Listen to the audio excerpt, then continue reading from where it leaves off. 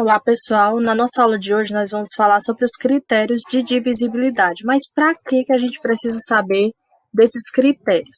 Muitas vezes, os números são muito grandes e a gente precisa saber por quais números ele pode ser dividido. Por isso, a gente tem alguns bisuzinhos, alguns critérios que vão identificar quais números a gente pode usar para dividir aqueles números que são muito grandes. Vamos entender um pouco sobre a divisibilidade por 2. Eu tenho uma tabela aqui que eu tenho o número 10, o número 11, o 10 variando até o 19. E todos eles, eu tenho o quê? Eu tenho o número 2 como divisor. Quando eu pego o 10 e eu divido por 2, eu vou ter 5 como resultado, sendo esta uma divisão exata, cujo resto é 0. Na divisão do 11, eu posso dividir também. Eu vou ter 5 como quociente, como resultado, mas eu vou ter 1 como resto. O 12 eu também tenho uma conta exata, uma divisão exata, que 12 dividido para 2 é 6. Como a gente pode ver, no número seguinte, número 13, eu também vou ter o número 1 como resto. E a gente vai ver isso em todos os outros casos. Como a gente conseguiu perceber aqui, apenas os números terminados em 0, 2, 4, 6 e 8 é que podem ser divisíveis por 2. Ou seja, somente os números pares são os números que são divisíveis por 2, tendo como resultado uma divisão exata, com o resto 0. E quando a gente vai dividir por 3, quais são os números? A gente sabe que por 3 ele é um pouco diferente.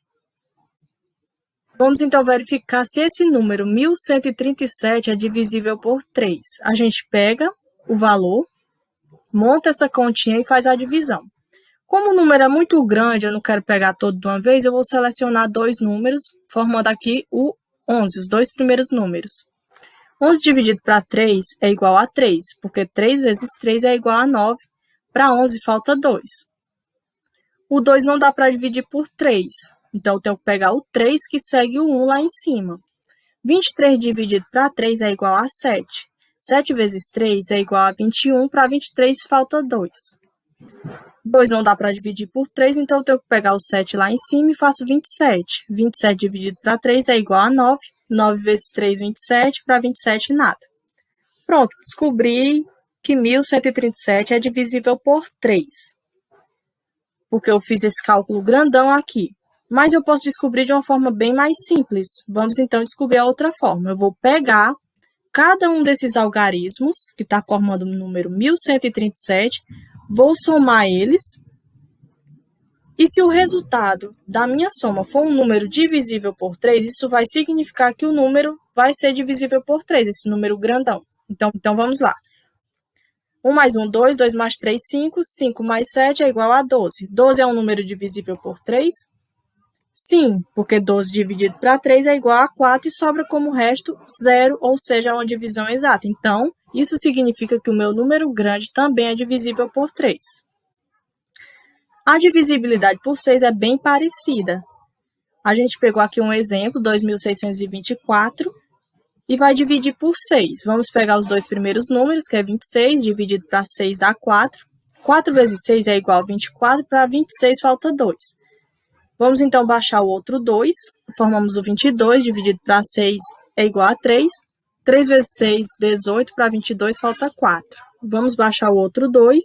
42 dividido para 6 é igual a 7. 7 vezes 6 é igual a 42. Para 42, nada. Temos uma divisão exata, portanto, 6 é divisor de 2.624. Mas a gente pode encontrar esse resultado de uma forma bem mais simples, também fazendo a soma de todos esses algarismos.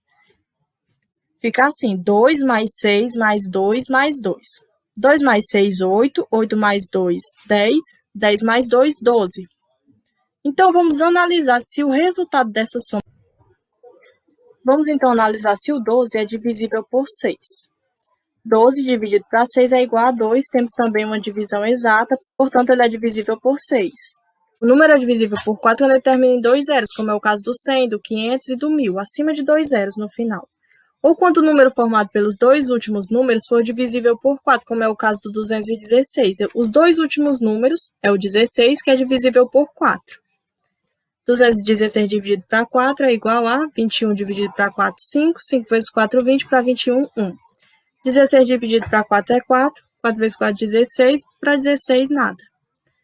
O 8, quando ele é divisível por 8, ele tem que terminar em 3 zeros, ou então os 3 últimos algarismos dele devem ser divisível por 8, como é o caso do 112. Como ele tem somente 3 algarismos, significa que esses 3 algarismos são os 3 últimos. E se eles forem divisíveis por 8, significa que o número completo é divisível por 8. Vamos então dividir. 11 dividido para 8 é 1. 1 vezes 8, 8 para 11, 3. 32 dividido para 8, 4. 4 vezes 8, 32. Para 32, nada. O 9 é semelhante aos números 3 e 6. A gente pega o número completo. Aqui a gente teve uma divisão exata. A gente pega esse número completo, soma os algarismos. 1 mais 4, 5. 5 mais 1, 6. Mais 3, 9. Se o 9, o resultado da soma for divisível por 9, então isso significa que o número grande também será. 9 dividido para 9 é 1. Então, isso significa que o número grande é divisível por 9.